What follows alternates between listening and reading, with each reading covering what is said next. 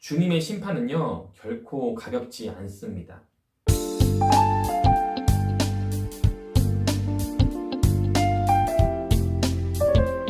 안녕하세요. 이지성 전도사입니다. 오랜만에 뵙는 것 같습니다. 오늘로써 10번째 시간인데요.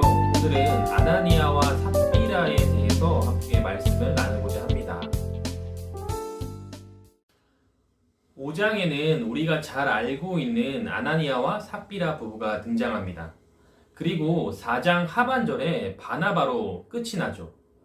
사도행전 기자가 기록의 순서를 바나바 다음으로 아나니아와 삽비라를 둔 이유는 우연의 일치였을까요? 바나바와 두 부부의 차이가 명확합니다. 바나바는 온전한 헌금을 드렸습니다. 그리고 전 시간에 말씀드렸다시피 믿음이 앞선 자였고 하나님으로부터 사랑을 받는 자였습니다. 그러나 부부는 판 소유의 얼마를 감추었고 부부는 죽음을 맞이합니다. 아나니아와 삽비라가 죽음을 맞이한 이유는요, 단순히 판 소유를 감추었기 때문이 아닙니다. 성령을 속이고 주의 영을 시험하려 했기 때문입니다. 그러나 그것 때문에 사람을 죽이는 것은 너무 가혹한 처사가 아닌가 싶기도 합니다. 사도행전 5장 1절에서 4절 말씀입니다. 아나니아라 하는 사람이 그의 아내 삽비라와 더불어 소유를 팔아 그 값에서 얼마를 감춤해 그 아내도 알더라.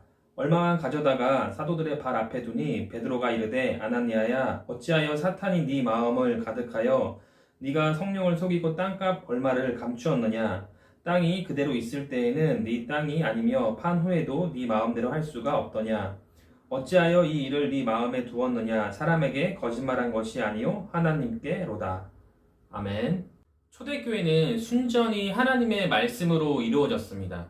출발 자체가 성령의 도움으로 만들어졌습니다. 그런데 이곳에서 성령을 속이는 일이 벌어진 거죠.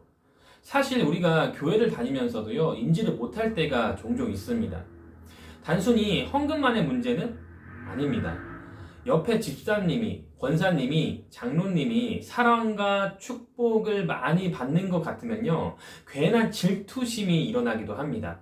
그래서 그 사람을 비슷하게 따라하거나 흉내를 내기도 합니다.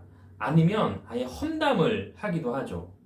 그런데 바나바처럼 행동한다고 해서 아나니아와 삽비라가 바나바처럼 될 수는 없는 것입니다. 사람을 속일 수는 있으나 하나님을 속일 수가 없는 것이죠. 또한 부부가 판 땅은요, 바나바가 판 땅에 비해 매우 작았습니다. 비슷하게 따라해서 축복받는 사람이 복을 가로챌 수는 없는 것입니다. 겉으로 보면은 바나바와 부부는요, 똑같이 밭을 팔아서 그 소유를 하나님 앞에 드렸습니다. 사람의 눈에는요, 똑같이 보이기 때문에 하나님의 은혜도 동일해야 한다고 생각할 수 있습니다. 하지만 하나님의 생각은 달랐죠. 사람은 속여도 하나님은 속일 수가 없는 것입니다.